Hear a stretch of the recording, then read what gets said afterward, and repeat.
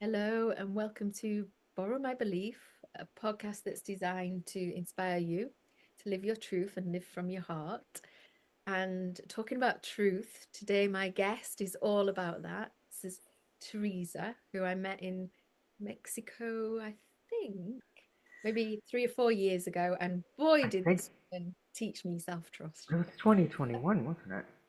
Yeah, it was 2021. And boy, oh my God, what a journey I went on with you. So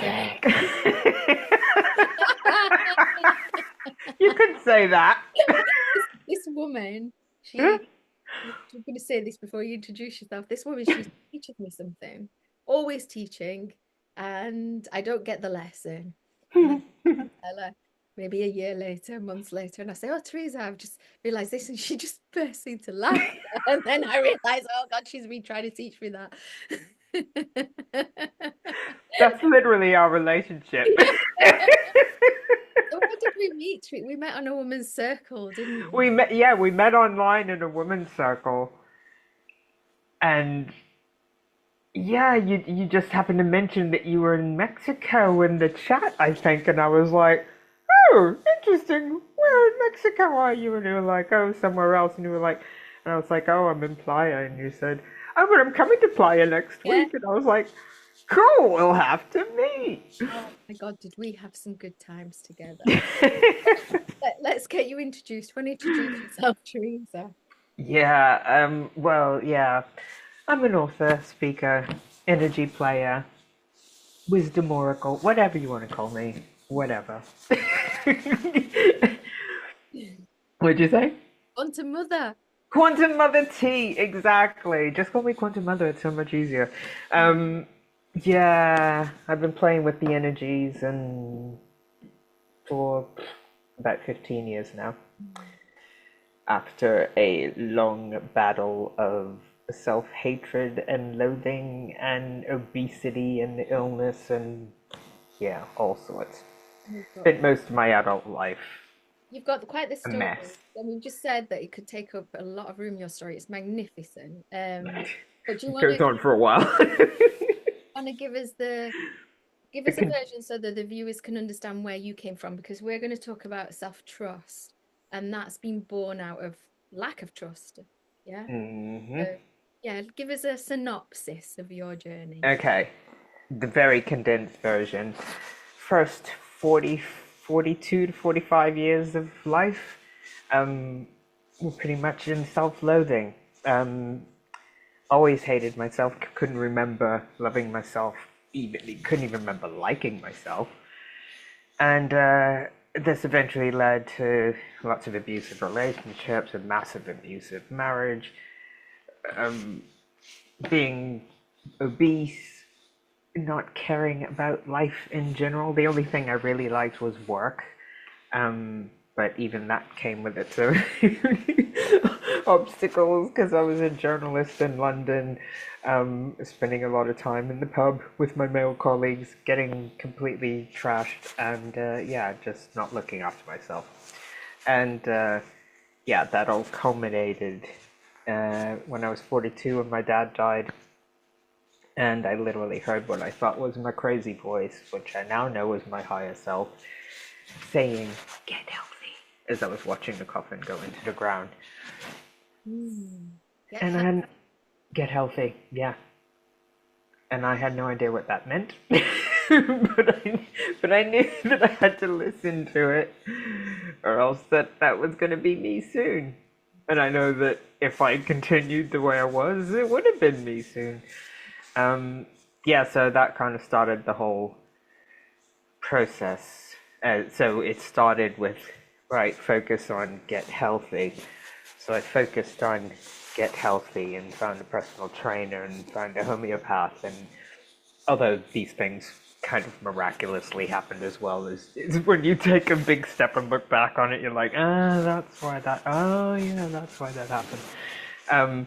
But the body started getting healthy for the first time ever. Um, Lost 7.5 stone, which I always say was a bonus because the focus was on getting healthy, not on losing weight, which was a complete turnaround to what it had been before. And yeah, the weight loss was a bonus, and then And then came other dark nights of the soul that eventually led to the learning how to love myself. That was coming up to 10 years ago now. That was the big one. So I know your story. I know that you left your marriage. I know that you ended up sleeping on the couches. I know Oh yeah, couch surfing. you went to the Got the couch surfing awards. as as, as you as you became to know the more the truth of yourself, as I understand it, and you can correct me, there was uncompromisables within you. So you understood, well, if I'm going to live from my own truth, then I'm going to trust myself. I can't be in this job. I can't be in this marriage. I can't do that. So you were a very brave soul that took leaps, which put you in certain situations. I suppose you could. Yeah, I mean, I've been called brave in that way, but I don't see it like that because previous and even in my old self, the reason I got so sick and because I suffered with glandular fever and what do you call it, chronic fatigue syndrome for like 15 years as well. And I know that that's because I tried forcing myself to do what was expected of me, or what I perceived was expected of me. But that was all in here and went completely against what was going on in here. And that inner fight, I just make myself sick. Yeah. And so, like, that's why it's there's no compromise at all now. If it does not feel right, which takes a lot of self-trust, Yeah. because you really have to feel. Yeah. Can you, If it doesn't feel right, then I'm like, no. you used to say to me, I'd already been on quite the journey in 2021, and I thought I was quite into that journey. And constantly you would say to me, you don't trust yourself, Joanne. You're not trusting. You don't trust yourself. Joanne, I know that's not self-trust. And I remember, I remember, I remember getting really frustrated at one point, but I remember thinking, and now I'm still on that journey now, and much further down the line, and still deepening into it. But for anybody listening, um, because there's what's the brain's programmed, but there's also when you're say feeling, I remember you said something about the heart resonates, or I can't remember the statement. Just The heart resonates with truth. yeah, Your brain's full of lies. and I think you said something more, so many times more than your brain. Oh, right, yeah. Your heart is 50,000 times more electromagnetically Yes, powerful yes, than your brain. yes. Right. Okay. I already am thinking of friends who I'm going to send this podcast to, and Yeah, so and that is a scientific fact. yeah. 50,000 times more electromagnetically powerful. And I've heard But people we're programmed to just think about what's going on from the neck up. We're just like blah, blah, blah, blah, blah, blah. your heart, right? And Yeah. I've heard people say in a group that I'm in the last 2 days that the heart is the second brain, and I've been contemplating this, and I'm thinking, no, no, Mm, no, no, no, no. The heart is the mm, first brain, if you want to put it like that, mm. and the brain is here to serve the heart. And Exactly. It's and that, like a computer. It's like a software program, yeah. but the heart's the hardware. So tell people, like, because I still don't know the language of this, and maybe I don't know how you're going to answer this question, but how do you tune into this area of your body and trust it and hear it and come more into resonance with it? Well, first, you have to make the choice to do Hmm. Intention. it. Yeah. Yeah. And you have to do it. Because who else is going to tell you to do something like that? Okay. Because see, this is the thing. Most of we've been programmed to listen to authority outside of ourselves Yeah. to program us and tell us what to do. Yeah. Okay. That's Well, not how next it's supposed to be. I That's not how it's supposed to be.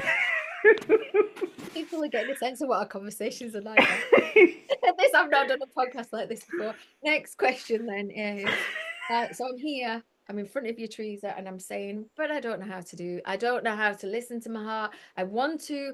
I've made the choice to. I want to caveat this with whenever in my life my heart's told me to do something that seems big, right? And doesn't make any sense, then it's had to be a really daring choice, kind of, because that's not making sense, but this is what I'm feeling, and I'm going to do it anyway. Fortunately, I've not had many circumstances where I haven't, but I have heard people say, I knew it, but I didn't follow it, and this is what happened. Yeah. Because your brain will try to logic itself out of anything, Yeah. or Yeah. logic itself into anything. Yeah. Because literally, it's a software program that's got a virus. That's And exactly. that virus is all the stuff that's been programmed in it from other people. Have you read some of like the Four Agreements stuff, the different Oh yeah, talks about Don the Miguel. virus, the Yeah, yeah, mind? yeah, Yeah. yeah, Yeah. yeah, yeah. It's a mind. It's yeah. It is full of viral programs that have just gone haywire, and none of them are your own. None of them are your own. Okay, here's something about the subconscious mind. When when I was being courted by the ex-narcissist, he had me around his house one day. He used to love the Beatles. I hated the Beatles. Should have known then. In fact, I did know then, but still, I had a lesson to learn. So he had me round his place, and he was just like, "Oh, let's listen to some music." And he brought out Sergeant Pepper, and I was just like, "Oh God!" I was like, "Can we listen to anything else, please?" He's like, "No, no, no, no. This is my favorite album. You have to know everything about this album." Blah blah blah. And I sat there, and I knew the words to every single song on that album except for one. And I was horrified because I didn't know how the subconscious worked at that time. But I was horrified that I literally knew the lyrics of every single song except one on an album that not only did I not like, but I never owned. Okay. So So you're it's like all that brain usage is it knows stuff that I don't even want to be in there. so let's go let's unpick this. Let's not go too far, but Okay. let's not go into some of the conversations like as deep as Mexico, but let's cover it so people understand it. That when we're growing up in the in say the societies that we grew up in, like you are America and I'm UK, we're exposed to radio, TV, schools. Parents Advertising. have been exposed to these things before. And Mm-hmm. just to cover this, so there's plenty of this stuff on YouTube, right? So sentient Mm-hmm. cells, there's been experiments, hasn't there, where the so for example, one experiment I know is when women didn't used to smoke, then there was a social experiment to get women to smoke. Say for example, Mm-hmm. psychiatrist was involved in. I'm not going to go too far into that. So, but let's just cover it because people might not understand what's happening with the brain.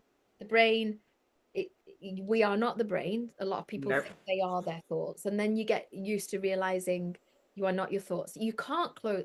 People think that meditation is shutting their thoughts down. No, that's not But what it is you at can't all. shut your thoughts down. What you can do is kind of sit behind them and realize you are not your thoughts. And observe them. Yeah, Michael Singer calls it the seat of consciousness. Yeah. Yeah, and you can observe them and not believe them and not be them. But just we are so programmed, aren't we, with Big time. bullshit, right? Yeah. Yeah, Constantly. yes, From the moment we are born, we are constantly bombarded with bullshit. yes. That is not us. And people talk about limiting beliefs. Now, I happen to believe that limiting beliefs is much more holistic than that. But people talk about, there's a lot about limiting beliefs, so people will understand that. All this stuff like your self-hatred, I mean, I hated myself as well, all comes through that, doesn't it? Mm-hmm. That pro Mm-hmm. At self, that program, from that program, absolutely. We are taught to literally despise ourselves. yes. And I thought it was just a problem that I had, Mhm. which is hilarious thinking about it now. I used to think that everybody else loved themselves and I was the one with the issue. Which I think most people think because we keep it private and there's shame and stuff. Mm. Then on top of that, I don't want to give any names from my own life, but it'd be quite difficult. I don't know how I'm going to say this without you could end up with in a relationship. where, because some people might be in this circumstance, which was me, where the other person thinks they love themselves and you hate themselves, and they can't understand why you hate yourselves. But in actual fact, that's just a front for them, that they've got Hmm. things going on underneath as Oh well. yeah, absolutely. Because you wouldn't get a, an authentically self-loving person being in a relationship with somebody that hated themselves. No, it It, just, it would it wouldn't it energetically that can't happen. yeah. So now people have got an understanding of what's going on. They perhaps um think they're the only person having thoughts like that. These thoughts that go through your head, everyone's better at their job than me, I'm gonna get Hmm. sacked, or whatever's going on. Oh yeah, all right. Just Well, with the, the the baby the back. main one, it used to be mainly women, but obviously it happens with men now as well. It's just like the body that your soul is riding it is imperfect, so you have to change it. Yes. Oh my God. Theresa, that's been my journey the last few weeks. That, I'm going to tell you. What? Like literally every single person Yeah, is told that you have an imperfection yeah, that you need to change. yes, yeah. Do you know, since I was a child, I used to write out lists of how I needed to change. Hmm. The last few weeks, you're going to laugh. I know you're going to. I haven't had a TV for 6 years. I don't watch TV. I don't watch the news. I mean, because that's just me. I never wanted to anyway. But I've been to see Bridget Jones twice, and I'm sorry. and that movie has had such a profound impact because she's loved just the way she is, right? And it shows all her imperfections. And what I've started to realize, I've been on this journey a long time, but over the last few weeks, I've started to realize, oh my God, I'm still trying to change myself. When in actual fact, it's all about I'm okay as I am, and I've got imperfections. And yes, it's nice to evolve. And yes, I want Imperfections according to who? to. Yeah, no, you've got a Who point. who who came up with these imperfections? You know what a big one for mine was? Oh, Was with this. This was a big one for mine. I wrote about it in my last book. yeah. Like I grew up being told that like all this crazy. I mean, it is. I did blow dry it straight for today, but like all the craziness that like this doesn't come out of my head straight, right? But my mum used to put all sorts of chemicals on it to make it straight. Like it's a big issue. Yeah. And then when I went natural, I was just like, hold on. This is how it grows out of my head. Who are you to tell me that there's something wrong with it? Yeah. That's a great analogy. I mean, that counts for everything, doesn't it? Exactly. Yeah. Exactly. And Yeah. it's just like, okay, oh, I've got freckles, or I've got. So, Yeah. And I'm this thinking, is this is the vessel that your soul chose to ride in. yeah. So why is what's imperfect about it? Well, we don't look at trees or flowers. Precisely. You don't Yeah. look at a flower and go, "Ooh, that leaf isn't quite right." Excuse me? Yeah. Where did we get this from? We got it through programming of other people's bullshit. We got it through before and before and before. Yes.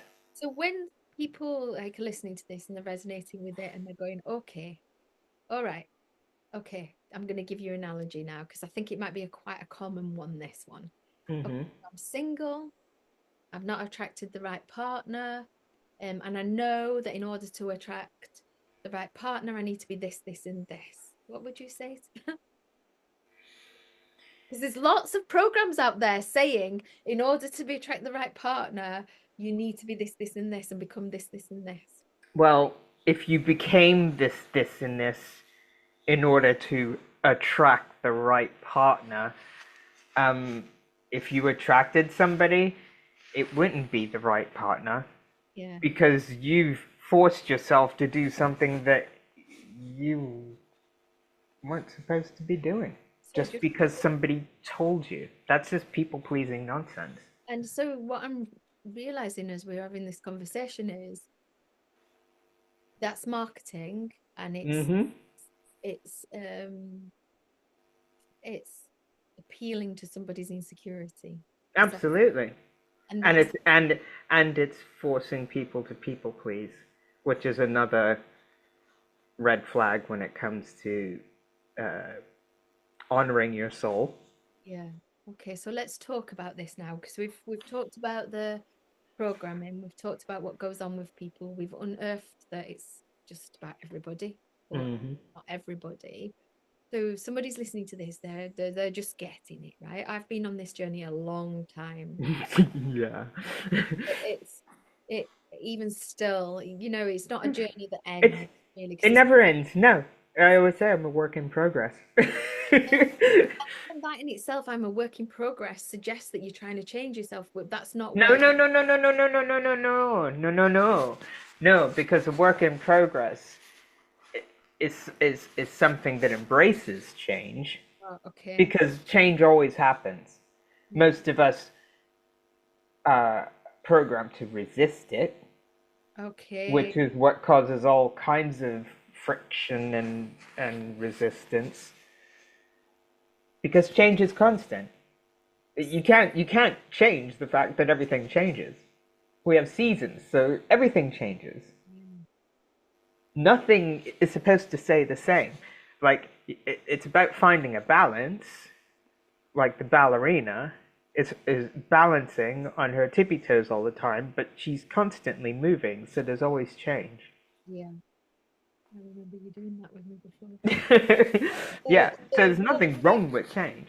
so we've got these people listening, right? And there's probably somebody who's going, "Oh, I'm starting to get it now." Um, Yay! Welcome.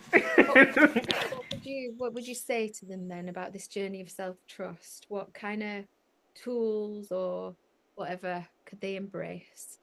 um, just learning to, well, loving yourself authentically is a massive help.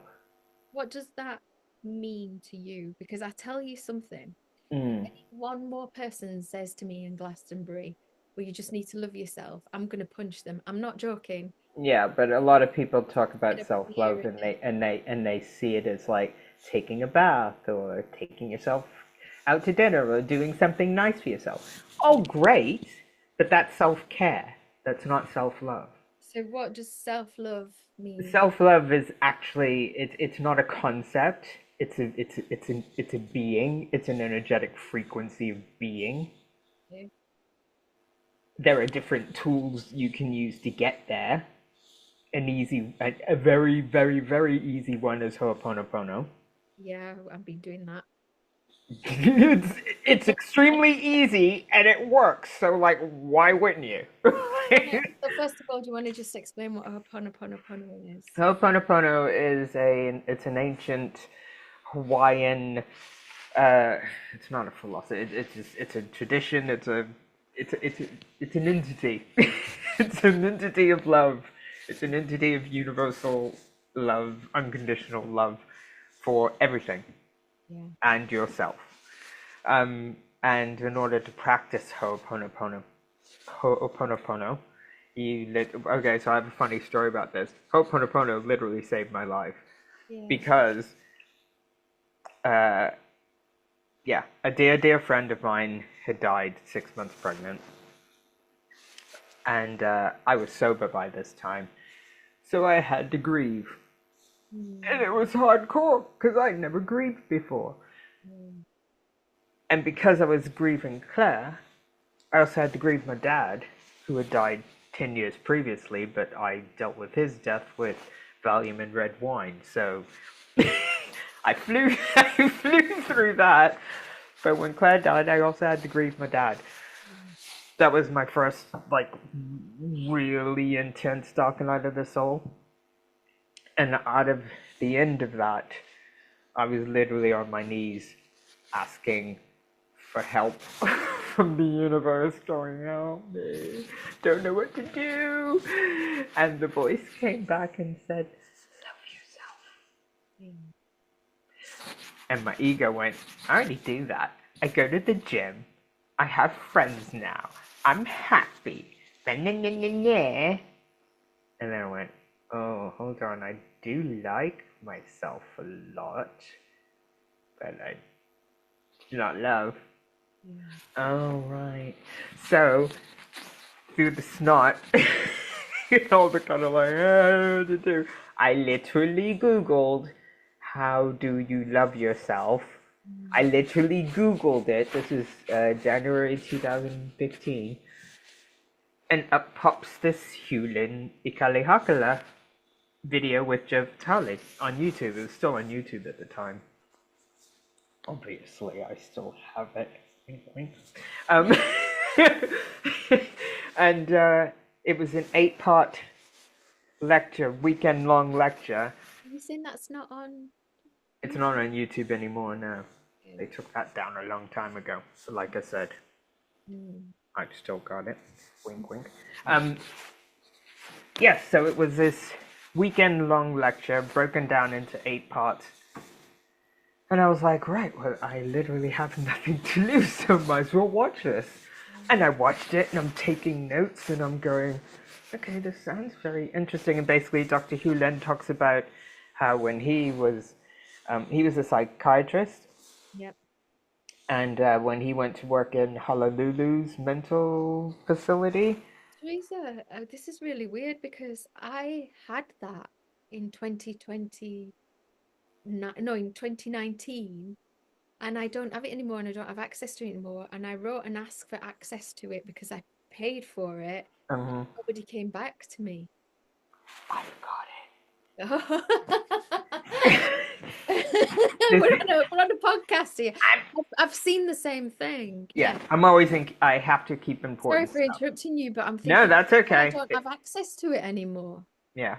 Okay. But you do again. Yes, okay. Oh my God, my prayer's been answered.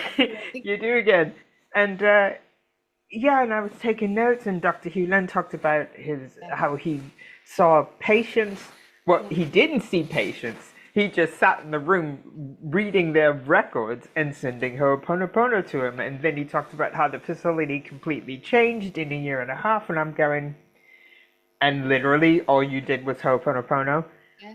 And there's hours of lecture, and I'm taking notes, and I'm going, And it wasn't literally, just is that easy? patients, was it? It was all the It patients. was all the patients. Like the whole facility went from like they were incarcerated 23 hours a day, and like a year and a half later, most of them were on day release. Yeah, Like and it's like also the place completely changed. it And I'm resonated with me because my mum was schizophrenic yeah. and I'd been incarcerated herself. So I remember thinking, oh my God, yeah. And I thought, okay, you know what? I literally have nothing to lose. I'm just gonna say it like a mantra. Yeah. Okay, let me try to remember. Okay, I'll do it when I'm in the supermarket. I do it when I'm walking down. Any time that I remember. And literally 16 days later, it was a beautiful sunny winter's day like it is today with blue sky, and there was like this little sliver of sun against that was coming between these two buildings, and I was like, oh, I'm gonna go stand there, see if I can feel the sun on my skin for the first time. It's coming back, it's coming back. And as I stood against the wall, I was like, had my eyes closed, feeling the sun going, yay, the sun's coming back. And I was like, ooh, do the Ho'oponopono thing. So I was like, I'm sorry for the anything. I love you. And literally, my whole body just went, Oh, and my heart exploded.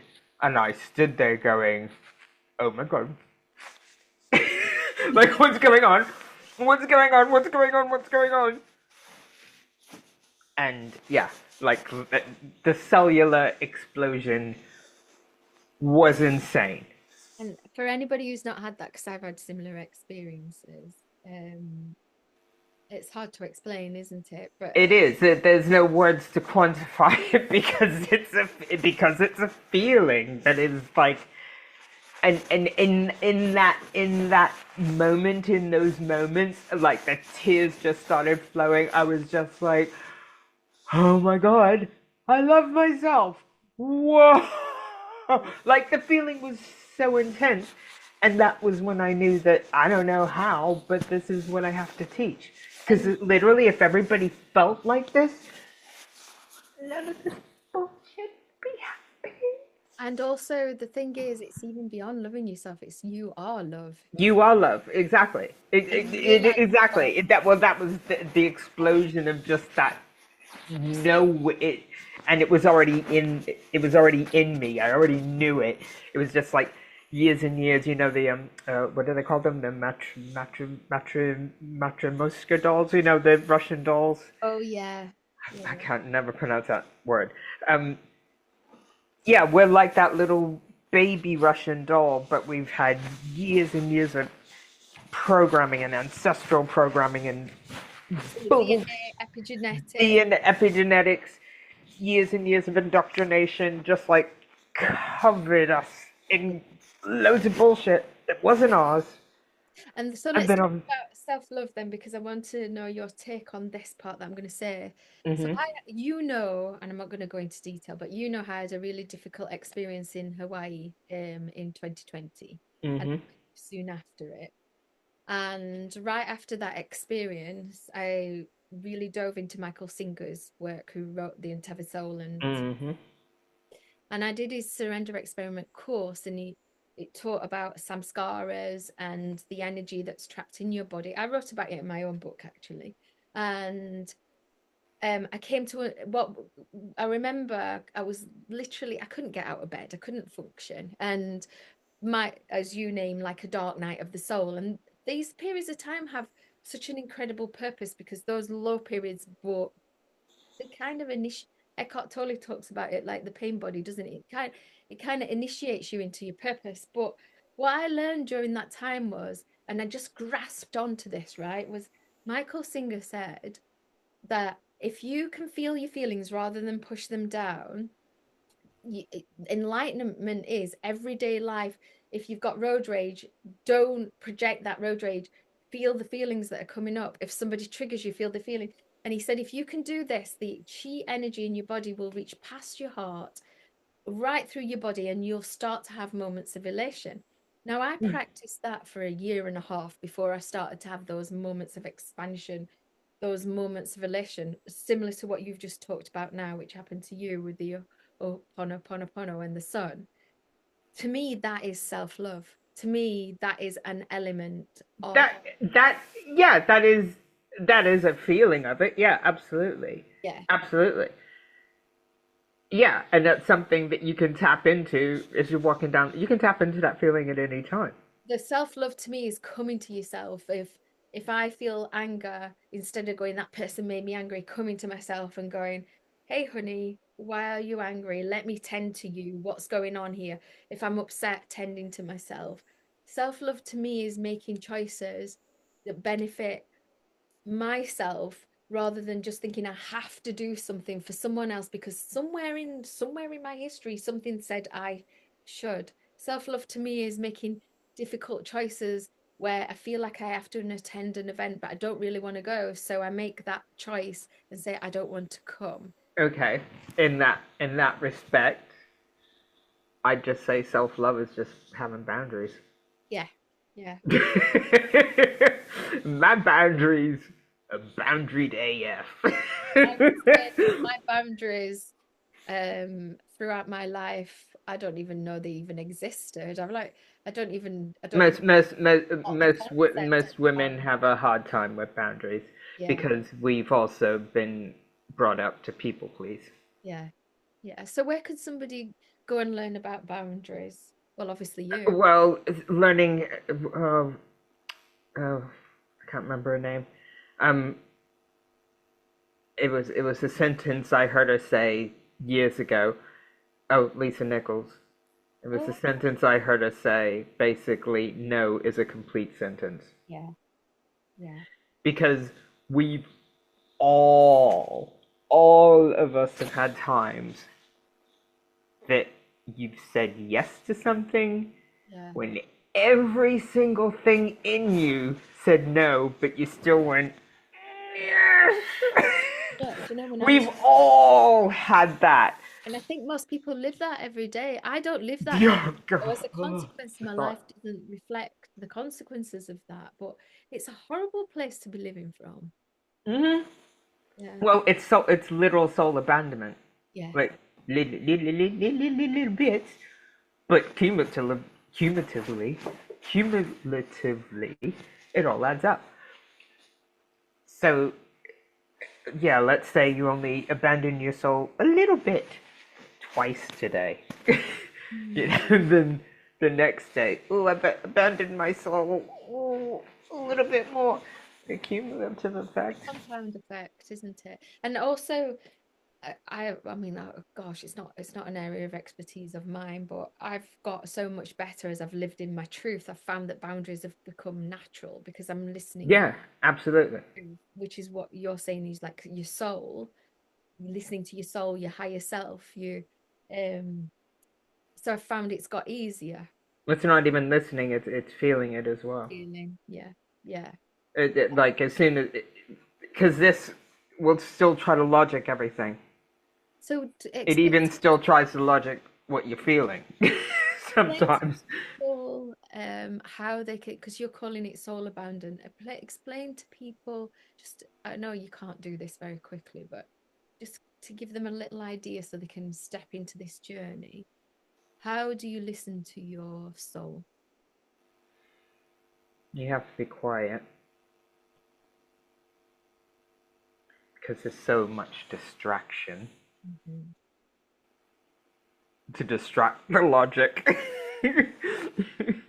So it always wants, because this always has something to say as well. Mhm. Again, generally not yours. Mhm. So in order, and this is where meditation does come in, but yeah, that whole notion, oh, just like you have no thoughts in your mind, that's complete another toss, because that doesn't happen. I Mhm. suppose it might if you've been brought up as a monk in the Himalayas somewhere, but not in this realm of noise, right? Um, for me, because there is so much noise and because my logic brain literally, like I argue, I argued with myself for a year and a half when I started reading people's emotions when I was doing reflexology on them. Yeah, I remember that. Yes. Yeah, because I wasn't taught that. Because reflexology isn't about reading people's emotions, it's about reading what's going on in their physical bodies. But I was tapping into some energy that I was reading their emotions, and I'm going, but this, I didn't learn this. This can't be right. But I was literally getting like it was happening to me, but I still argued with myself for a year and a half that it wasn't true.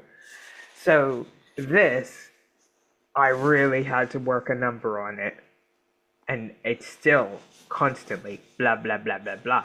It It doesn't stop. it will never shut up. And it's the power of the pause. So when you say meditation, I was thinking I've been learning how to pause more often and contemplate more often. And when I get Yeah, yeah, take when deep I drop breaths and messages on this straight back to people, what I've been learning now is, oh oh, let me just read that message. Let me just sit with it for a while. Then let me or decide how, if let to. me put the phone over there and I'll maybe have a look at it later tonight. Yes. Yeah, it's just the power of the pause I've been learning recently, thanks to Richard Rudd, who, Yeah, is yeah. But a, I did find that because there's so much noise and because this is we're a constant, I have found myself Dr. Joe Dispenza's meditations because they're guided yeah. and you have to listen to him. I find that his meditations really work for me to help me get into that feeling Yeah, center. yeah, his is a good one. So to start people off, I would say, and maybe you say something different. They want to start on this track. I would say, first of all, don't have too many expectations of yourself. And secondly, You can't have any expectations of anything. secondly, because it might go, they want to be some Zen monk thing. Second, No expectations, no. Especially if you're a human design reflector, that's just gonna bring a whole have buttload some of it. space for yourself. And maybe start with trying to pause for 5 minutes a day. I mean, for some people, even that's going to be really difficult.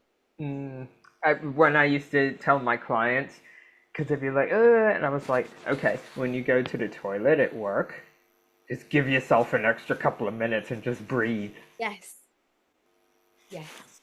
So we've talked a lot about this and self-trust, and I've got this note to talk about menopause. Let's just cover Mm. menopause quickly because I'll tell you what, I did a podcast yesterday with a lady and she's got a tea company and she all her teas are for all the different hormonal stages of a woman. Oh my God, it's magnificent. Her story's magnificent, right? And she has got the menopausal side, but she's also got the menstrual side and everything covered in herbalism. But I know that you've been quite passionate about menopause. So just to me, you met me during my perimenopause. To me, menopause, I think there's been some really good information go out recently, but what I think's been missing is that tribal aspect, that like going back to the way we used to be. Menopause is the elder, it's initiation, it helps you move into your wisdom. And people might be listening to this going, oh my God, I've had to take HRT, all these different things, all these medical things. But to me, menopause is a rite of passage, just like when my mum passed away was a rite of passage.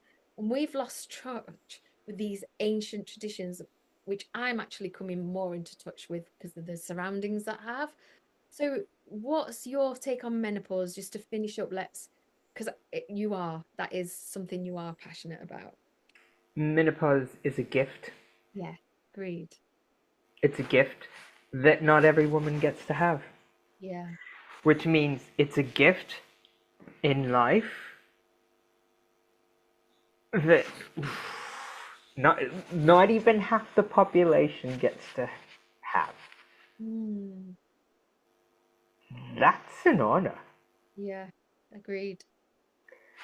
And, you know, people can choose to do whatever they want with their bodies, but a medical intervention to get in the way of something that is literally a divine gift,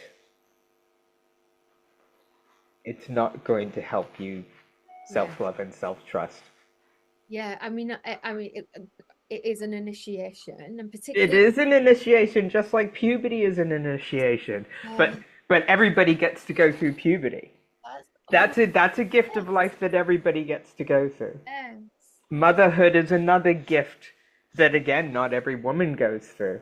And then it gets even fewer as you go to the menopause, wow, and which is a divine gift of wisdom, of knowing, of and that's what makes it so dangerous for those who don't like people having the wisdom and the knowing. the other thing as well is because of many of us have been brought up in, I know it's different throughout the world, but in a society that doesn't see these things as a gift. Mm, When we actually get to that stage, it's much more intense for us because we've denied ourselves the truth of who we are. So frigging heck. I mean, absolutely, talk about absolutely, and think about stuff. women of Gen X and millennials, the older millennials who are coming to this stage now. We have been programmed to believe there's a lie in the middle of belief. We've been programmed to believe that like we were the women that had to go out and have everything. We had it all. We had this, we had that. We're super women. We could. No, we were literally operating from a very masculine and a not healthy masculine energy. And so we've been a lot of us took birth control, which again took us away from our hormonal, our real true hormonal selves. So on a physical level, we're like this, and then this gift comes along, and most are going, no, I'm not having it, not having it, not having it. Oh, Especially when there's also the bombardment. You have to look healthy and young and and then stick and shit because in you're your face and old, you're not yeah, like yeah, youth yeah, anymore. yeah, yeah, You know yeah. what? You need some Botox and all this stuff. Exactly. Yeah, just stick some poison in your face. That'll work. Yeah. So we're gonna leave people on that one. But what I want to ask is, Theresa, what's for you moving forward now? I just want to say to people, I did a course with Theresa last year that, and we haven't talked about it in this podcast. which was all about womanhood and the cervix. And I've seen some of the work that Theresa does around this.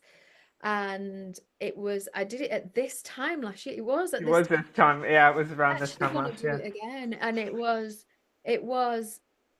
it was profound. It was deep. You've already touched on it. Not everybody's ready for it because it involves coming into your body, doing some really deep stuff in your body. And I've actually continued on that journey. So I know what you're capable of. I know what you offer, but I also know that you realize that some of your work is quite deep and there's a different layer for people as well. So I want to ask because somebody might be watching this and how do I get access to this information? What's next for me? Joanne's a mentor, but I'm all about manifestation and I'm all about promoting other people as well in my sisterhood and brotherhood. What's for you next, Theresa? If someone says, I want to contact Theresa, I want to work with Theresa, I want to watch some of Theresa's stuff, maybe even just watch some of your stuff. What, what, what, how can they find you? How can they learn more? They can find. I don't do social media much anymore, but I still am available on Instagram at the Theresa Fowler. Yeah. Um, Same on Threads. Or you can visit my website at theresafowler.co.uk. Okay, well, And you're going to give me that and I can put it in the comments, right? And yeah, also, because I know you're very specific, because there's a truth with you. So, a little bit like me, I don't take a client on unless they resonate with me anymore. no, yeah, Done no, that they, before, yeah, and it's not fair on yeah, the client, it's not fair on me. So, I know you're very, exactly. I know you completely live your truth. But you've written a couple of books. Hmm. Um, they can perhaps message you or whatever. Yeah, they're available on the website as well or on Amazon. And you've So got the nutrition element. I mean, there's so much more to you than what we've talked about. yeah, exactly. Go to the website. There's I lots know, there. I know. We used to meet up in Mexico. I loved spending time with you. You're a wealth and a knowledge of information. And I'm going to ask you two questions because I asked them at the end of my podcast. One of Okay. them you're probably going to oh good grief, Joanne. So it's my tradition now, Theresa. If you could go back to any point in your life, any version of you from now, and you just go and whisper some little words of wisdom. I know your journey was perfect, right? But some little words of wisdom just to encourage her. Which part would you go to, and what would you say to her? Hmm. No, okay. This is superfluous because I literally don't regret a thing. I know, and that's why I I said you'll be like, oh, Joanne. exactly. I'm like, even people like even like the 20 years of narcissistic abuse. Yes. Yeah, because it got me to where I am now, and I'm like, hey, you. So I don't regret a thing. Maybe even some like I got Okay, okay, I say you got the this only, girl. no, the only thing I can think of is when an old colleague, I used to work with a bunch of computer nerds, when an old colleague, I suppose this would have been about 20 years ago now, said, it's only 100 quid. Have you got 100 quid? And I'm like, yeah. And we're like, well, I can get you some of this Bitcoin thing. And I was like, nah, a bit too risky. I'm not gonna do it. I was like, I could go out with that. I know. This, yeah, and this would have been like getting 10 Bitcoin. So, but even then, I don't regret it. Oh, Teresa, my son came to me. My son is really wise. He's 27 now. And he came to me when he was really young at school and he said, Mum, you need to buy some Bitcoin. And he still says to me to this day, I told you so.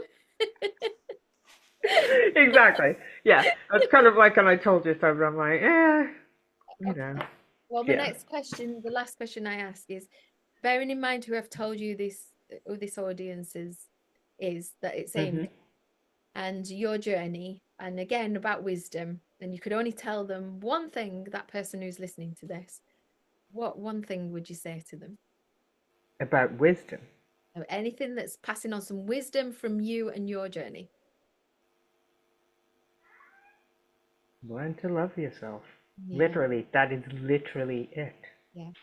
And hopefully, Learn to be love yes. of yourself. And Learn to there is a start for that. Yeah, learn to look in the mirror and smile back at who you really are.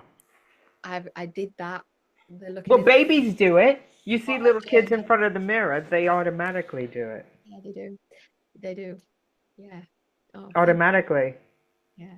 You put a child in front of a mirror, they're all over themselves. True. And let me tell you a story about that. My dad walked past me and said, "Oh, look at you. You're so vain. You think you love yourself, don't you?" And that's the kind of comments that Exactly. kind of move us away. Eh? Exactly. Because self love has nothing to do with narcissism. Mm. That's what they want you to believe. You know what, Theresa? I knew this was going to be a great conversation. Obviously, darling. My God. Oh, let's have a look together. Right. And thank you so much. Thank you for Thank being. you for having me. Thanks, Theresa.